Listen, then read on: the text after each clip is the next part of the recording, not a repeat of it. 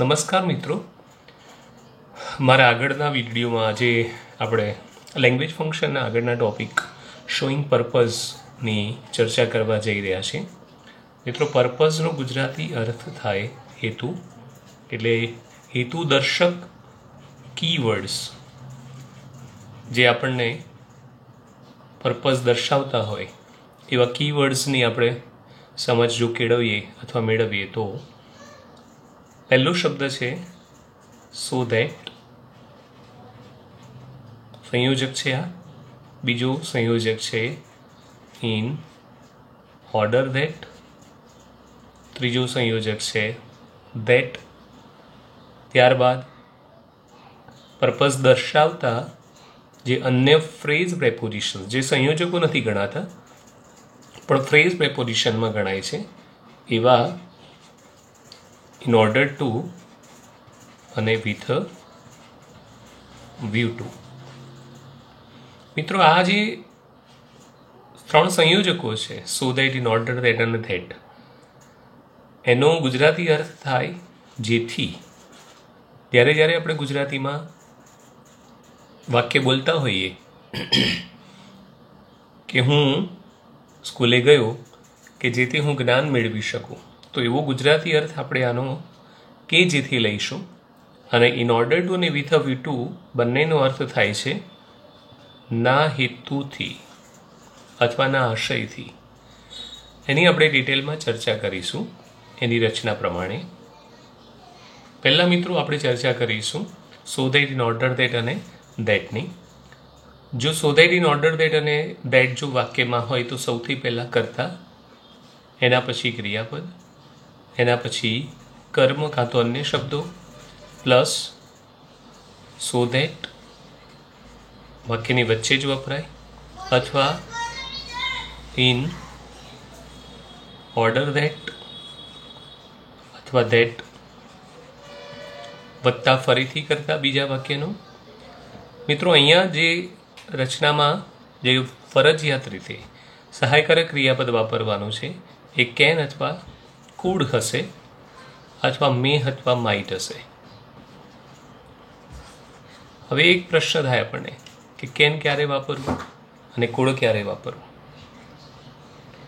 તો જો આગળનું ક્રિયાપદ એટલે કે આગળના વાક્યનું મુખ્ય વાક્યનું ક્રિયાપદ વર્તમાનમાં હોય તો અહીંયા કેન વપરાશે, અને આ ક્રિયાપદ ભૂતકાળમાં હશે તો કુડ વપરાશે.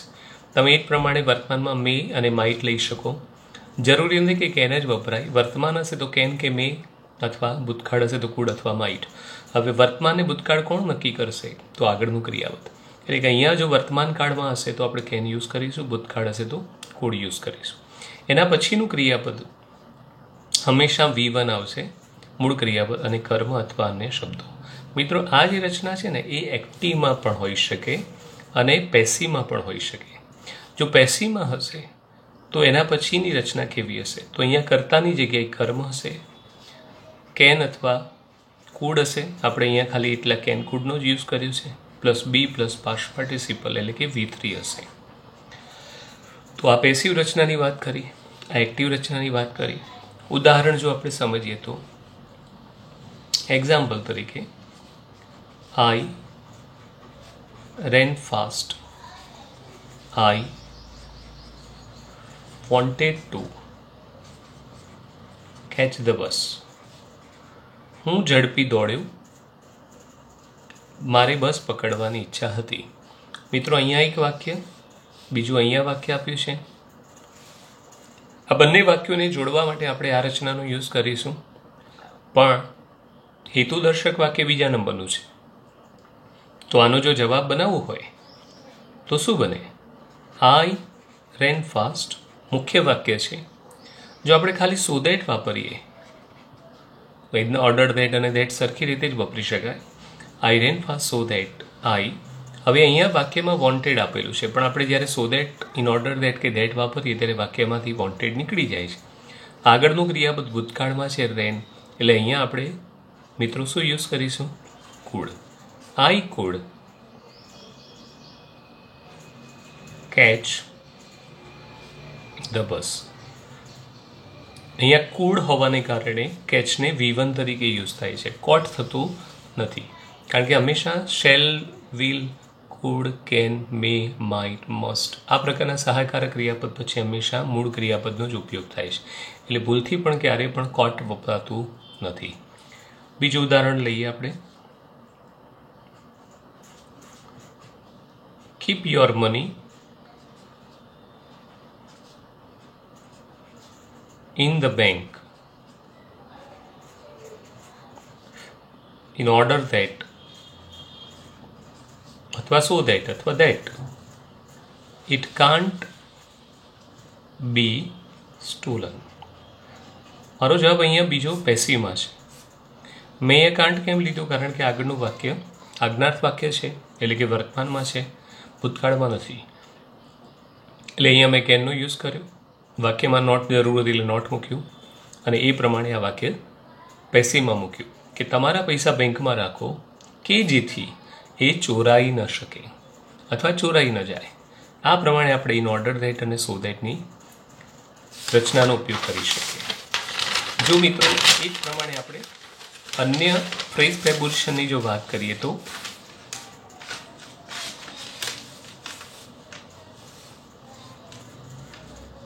આપણી પાસે બે પ્રેપોઝિશન્સ છે, ઇન ઓર્ડર ટુ અને વિથ અ વ્યૂ ટુ. મેં આગળ ચર્ચા કરી પ્રમાણે બંનેનો અર્થ થાય ના હેતુથી કે ના આશયથી. હવે જ્યારે આવા પ્રકારના શબ્દો આવે તો વિથ વ્યૂ ટુની જગ્યાએ વિથ ધ પર્પઝ ઓફ પણ આવી શકે, વિથ ધ એમ ઓફ પણ આવી શકે. આ બધાનો અર્થ મિત્રો એક જ થાય, ના હેતુથી ના આશયથી. હવે જો આ પ્રકારની રચનાની વાત કરતા હોઈએ ત્યારે ઇન ઓર્ડર ટુ પછી હંમેશા V1 આવે છે વાક્યમાં, અને વિથ વ્યૂ ટુ પછી VING એટલે કે મૂળ ક્રિયાપદને ING લાગે છે. આ બાબત ખાસ મિત્રો મગજમાં યાદ રાખવા જેવી છે. જો એની રચના કેવી થાય, વિથ અ વ્યૂ ટુ અને in order to A phrase preposition હોવાને લીધે એના પછી ક્યારેય પણ વાક્ય વપરાતું નથી.